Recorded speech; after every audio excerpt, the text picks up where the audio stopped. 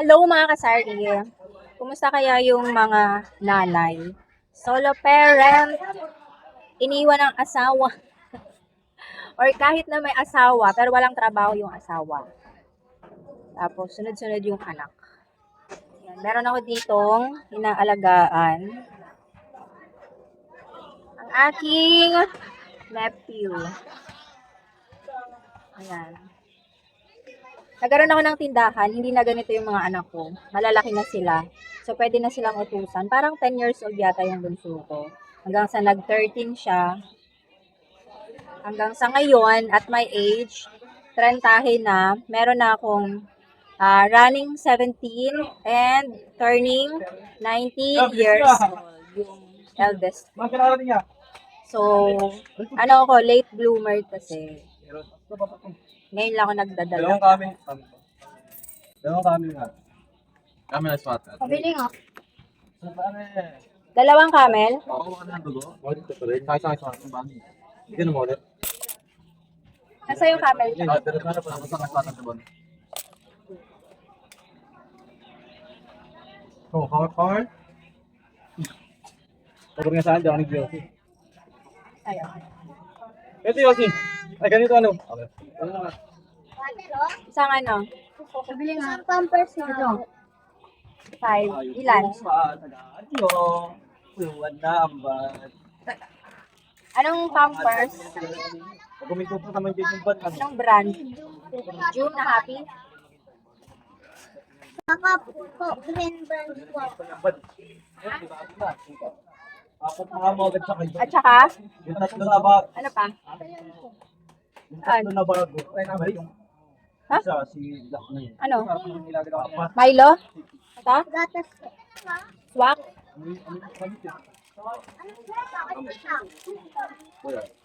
Tingnan kayo. Ayaw nga, kanina. Kahit ulo, kami tayo dito. Tinawag ko kayo kanina. Ano pa? Dito tayo. Yan lang? Ah, 56, 75 chocolate. Ano sa'yo? Meron. I-screenshot mo nga yan para hindi siya madagdagan. Ano, 15. Ang pangalan niyan, Bea O. tubig nga po isa. Ay, Fig, ako. Malaki na.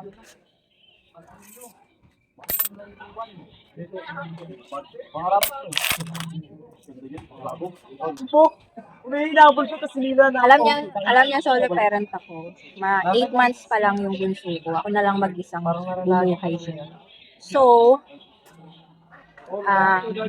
kinaya ko lahat silang dalawa na buhayin kahit na mag-isa lang. So, saludo ako dun sa mga solo parent, may isang anak, lalo na yung dalawang anak, tulad ko, dalawa yung anak ko magkasunod. Parang ganito din, ayan, yung kapatid niya, magkasunod sila. 'Di ba? So, kahit magkaroon ka lang ng maliit na puhunan, magsari-sari store ka, mabubuhay na kayo. Hindi mo kailangan maghabol ng sustento para sa ex mo, sa tatay ng mga anak mo. And kapag nakabangon ka na unti-unti, 'di ba?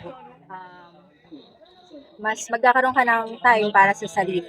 And financial freedom. Parang freedom. Financial freedom. Parang katulad ko ngayon. Parang dalaga na lang. Wala na masyadong intindi kasi malaki na yung mga anak. And thankful ako kasi hindi ako namumroblema sa budget. God will provide. Okay? So wala pa yung nanay at tatay nila ngayon. Kasi merong mga nilakad. So bilang butihing tita, si Tita Ganda ay nandito to the rescue. Nagbantay ako ulit. And gusto ko mag-thank you sa mga naghahanap sa akin. Kasi sira yung messenger ko. Lately ko lang talaga siya naayos. Pero nasira ulit. Ang dami naghanap sa akin, yung mga client ko before. And sa mga talagang solid na followers, tinanap nila ako. Natuwa sila na ginagamit ko account kasi ngayon ay ang Shop with Yvonne. So, parang yung kadugtong daw kasi ng pangalan ko, Yvonne Bautista, is sari-sari store. So, abangan nyo kasi, meron lang talaga ako inasikaso ngayon. Inisip ko kasi magbabakasyon talaga ako ng 1 year. Naka 8 months na tayo, so 4 months na lang magbabalik. Ano tayo? Sinama mo na yung charge. Ayun, so abangan nyo kasi magbabalik tindahan vlog tayo. Sa ngayon, binablog ko yung aking travel journey sa Travel with Yvonne. Hindi, pati kayo tanggal. Oo, kala niya pa konti ko ako. Siya lang. Hello. CCTV yan sa atin eh. Hindi nasira yung pangalan ng kuya niya nagpasa sa inyo. Ay, nagano. Nabawa niyo dun yung ano yung kuya niya lakas pa. Ayun kasi naglalabas. Mga kasama niyo naglalabas. Pero naglalabas yung parang hindi lang yan. Ano? Bishop.